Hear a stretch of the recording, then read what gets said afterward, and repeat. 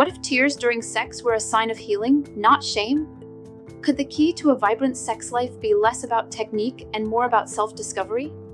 And what if the pressure to perform in bed is actually killing your pleasure? Let's dive into the often hushed world of sex, pleasure, and most importantly, embodiment. Today, we're exploring how to shift from a focus on performance to embracing empowered, connected pleasure. We'll also navigate the complexities of desire in long-term relationships and uncover why so many couples struggle to openly discuss their deepest desires. It's fascinating how often we relegate sex to a mere physical act, overlooking its potential as a powerful tool for healing and overall well-being. When approached with mindfulness and intention, sex can become a profound somatic practice, allowing for the release of stored emotions and the deepening of connection with ourselves and our partners. The judgment surrounding female pleasure is deeply ingrained in our society. A woman expressing her sexuality, whether through watching porn, buying a vibrator, or simply talking openly about her desires, often faces immediate criticism. This stems from centuries of cultural conditioning that tells women their sexuality is something to be ashamed of, hidden, and reserved solely for the pleasure of others. But it doesn't have to be this way. By challenging these ingrained beliefs and fostering open conversations about sex, we can dismantle the shame and empower women to embrace their sexuality fully. It's about recognizing that pleasure is not a luxury, but a fundamental aspect of well-being. It's like someone once said, sex is wellness. It is as important as a balanced diet, exercise, and mental health care. Women freely discuss their skincare routines, supplements, and fitness regimens, yet openly discussing sexual empowerment often remains taboo. This very reality underscores the importance of continuing the conversation, of challenging the status quo and dismantling the cultural conditioning that keeps so many women from experiencing the joy and liberation of owning their sexuality. Sexual intelligence, or sex IQ, isn't about memorizing positions or techniques. It's a multi-layered approach that integrates various aspects of our lives. It's about understanding that achieving fulfilling sex requires a holistic perspective. One of the core tenets is embodiment, being truly present in your body during sex, not disassociating or worrying about external factors. Are you truly feeling the experience, connected to your partner? That presence is crucial. Health plays a vital role, encompassing both mental and physical well-being. Medications like birth control pills and antidepressants can impact libido and arousal, as can pleasure thieves like stress, trauma, and shame. Physical health, including blood flow and exercise, also directly influences our sexual experience. Collaboration is key to bid sex. Open communication with your partner is paramount. Do you feel comfortable asking for what you want? Can you navigate sexual polarities? Remember, communication is the ultimate lubricant. Self-knowledge is knowing what excites you, what turns you on, and what you need to be aroused. Do you share this knowledge with your partner? Self-acceptance is about embracing your body and your sexual experience as it is today, allowing you to fully embrace the present moment and your pleasure. Of all the pleasure thieves, shame may be the most insidious. It creeps into our lives often unnoticed, manifesting as negative self-talk and judgment. Is that voice in your head actually your own, or is it an echo of cultural conditioning? The key is to challenge these voices, replace them with positive affirmations, and surround yourself with sex-positive voices and communities. Remember, managing shame is a process, a journey, not a destination. Community plays a vital role in shifting from shame to empowerment. Surrounding yourself with supportive individuals who celebrate sexual expression creates a safe space for exploration and healing. It's crucial to remember that community extends beyond the physical. Online forums and groups can offer a sense of belonging and validation. It is vital to curate those spaces carefully and intentionally. The pillars of sexual intelligence are not about achieving perfection. Instead, they serve as a guide for navigating the ever-changing landscape of your sexuality. Some weeks you might excel in embodiment, while others require more focus on collaboration. It's all about being adaptable and responsive to your needs. It's important to acknowledge the power of sex as a somatic practice, particularly within a safe and supportive context. Sex offers a unique opportunity for release, connection, and intimacy. When we feel safe and empowered to advocate for ourselves, the potential for healing is immense. However, it's impossible to fully access pleasure when living in a state of trauma activation or nervous system dysregulation. These states cancel each other out, creating a barrier to genuine enjoyment. Even solo sex practices can be profoundly healing, allowing for exploration and the processing of stored emotions. Memories may surface, and working with a coach or therapist can help navigate these experiences. Sex becomes an accessible avenue for healing. Even those who have experienced sexual trauma can find ways to incorporate it into their erotic stories, reclaiming their power and agency. The possibilities are endless. It's not about avoiding difficult experiences, but transforming them into sources of empowerment. It's essential to normalize crying after sex. It's not necessarily an indicator of sadness or happiness, but rather a release of pent-up emotions. Allow yourself to experience these moments without judgment. Embrace the messiness and celebrate the full spectrum of human expression. When we label these experiences as wrong or broken, we perpetuate shame. Tears, moans, laughter, they are all part of the rich tapestry of sexual experience. We must trust the body and allow it to express itself freely. It's also crucial to normalize libido changes. Fluctuations in desire are a natural part of life, influenced by factors such as stress, childbirth, and long-term relationships. In most relationships, there is a high desire partner and a low desire partner, and it's often the low desire partner who inadvertently controls the sex life. Couples must communicate openly about these dynamics and work together to find solutions. Spontaneous desire is often replaced by responsive desire in long-term relationships.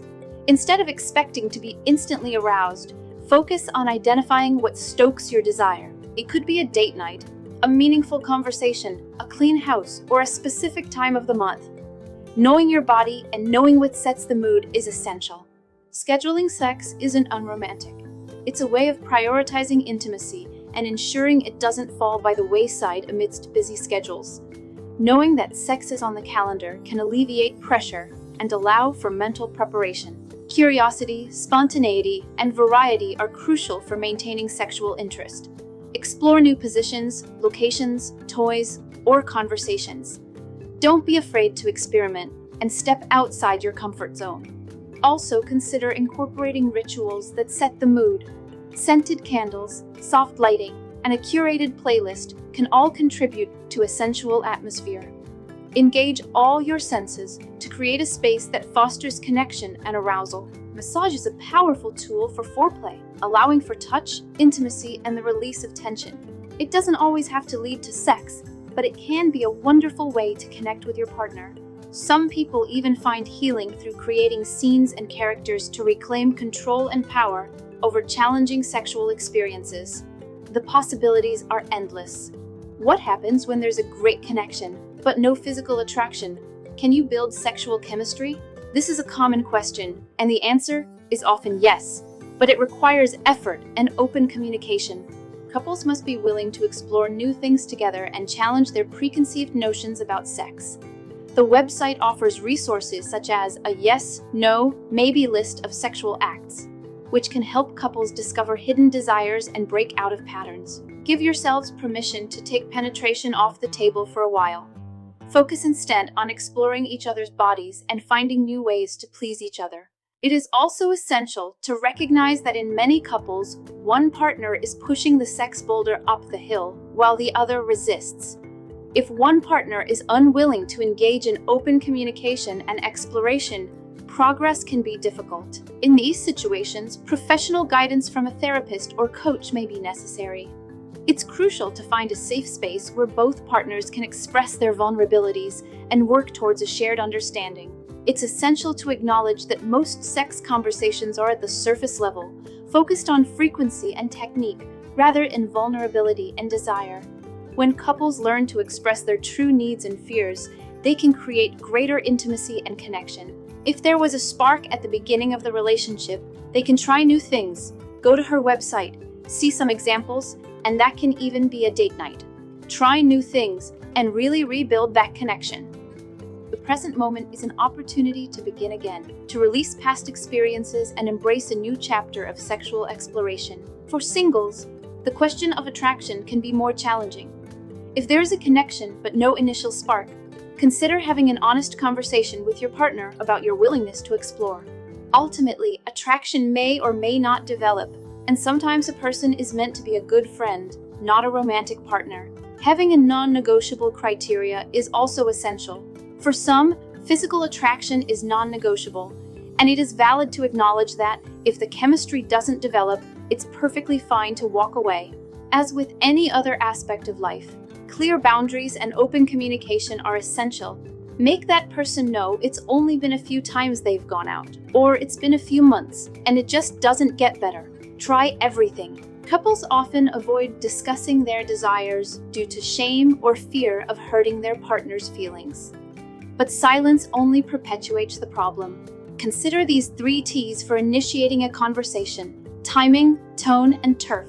Find the right time when you're not stressed or tired, a compassionate and curious tone, and a safe space rather than the bedroom. Blame her, Sex with Emily, as the reason why this is so important. And you've learned. Once couples overcome the initial awkwardness, these conversations can become a source of fuel and life force for the relationship. Bring curiosity, playfulness, and lightheartedness to the experience. We have an incredible marriage now for 16 years, and it really prides on the work we've done, but the work that we continue to do. We regularly do therapy, not as a reactive, but as a proactive. It's one way that we create deeper intimacy and connection. Even casual sex can become complicated when feelings develop. The key is to manage boundaries, communicate honestly, and recognize the distinction between physical pleasure and emotional connection. Part of our conditioning is that you can't train your body to be receiving pleasure fully, and know that it's about your pleasure and be connected to somebody and feel safe with somebody, and you don't have to fall in love with them. It is about what's in you. Are you just prescribing the feelings to this person that's making you feel a certain way? Because it might not really be about them. It's that you feel safe with this person, and so, then, dissect that and think, this is what's sexy. Some common misconceptions about sex include the belief that there should always be arousal, a certain frequency of sex, or that men always want sex more than women. The truth is, there is no normal. Each individual and each relationship has its own unique rhythm. Fantasies are normal, and sex toys are simply tools for enhancing pleasure. If you're feeling connected with somebody, and you're feeling safe with somebody, and you're not too drunk, you weren't coerced. A lot of times we get really drunk or liquid courage and we had sex and we regret it. This is actually wanted embodied sex. I don't believe in the rules and the conditions around this either way. There are so many couples like, we had sex on the first date, we've been together 30 years, there is no magic timeline. Find the pleasure, find that self-knowledge, then what? Just help take your power back. I love the permission to just have your experience and just make your own. Whatever that looks like to you. Learn those inner tools also, so you can do the work to really unravel that. So you really choose people that are in alignment with your values and the way that you want to be treated and seen, and you're showing up for yourself that way. Then those are not a match, will easily fall away without judgment. At first, it's to be open about the story of unraveling performative sex for people that have really focused on performative sex, because that's what they've seen in porn. And maybe nobody talked to them about sex.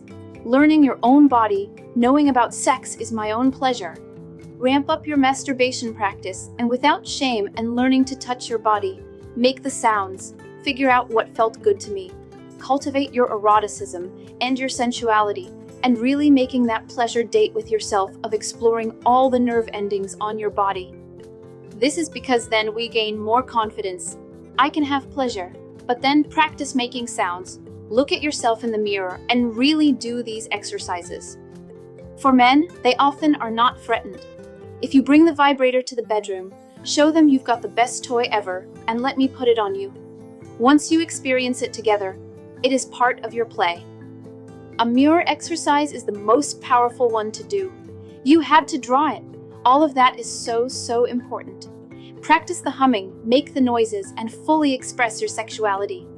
Maybe reading erotica, Like if you just feel some people are just so shut down from things. So, finding your sources of spark, like what actually is turning you on. It's never too late to start, ever. Look for the sensual inspiration. Ultimately, your sexual power lies within your hands. You are responsible for your own pleasure, and it's not based on anyone else. It's infinite, expansive, and ever-changing. It's waiting for you. And the freedom that comes with truly embracing your sexuality is liberating. It empowers you to live authentically, to create fulfilling relationships, and to experience the joy of being fully present in your body. There is a vast frontier inside of us, a space where fear retreats and pleasure blossoms. By daring to explore this inner landscape, we claim our birthright and transform our lives from the inside out.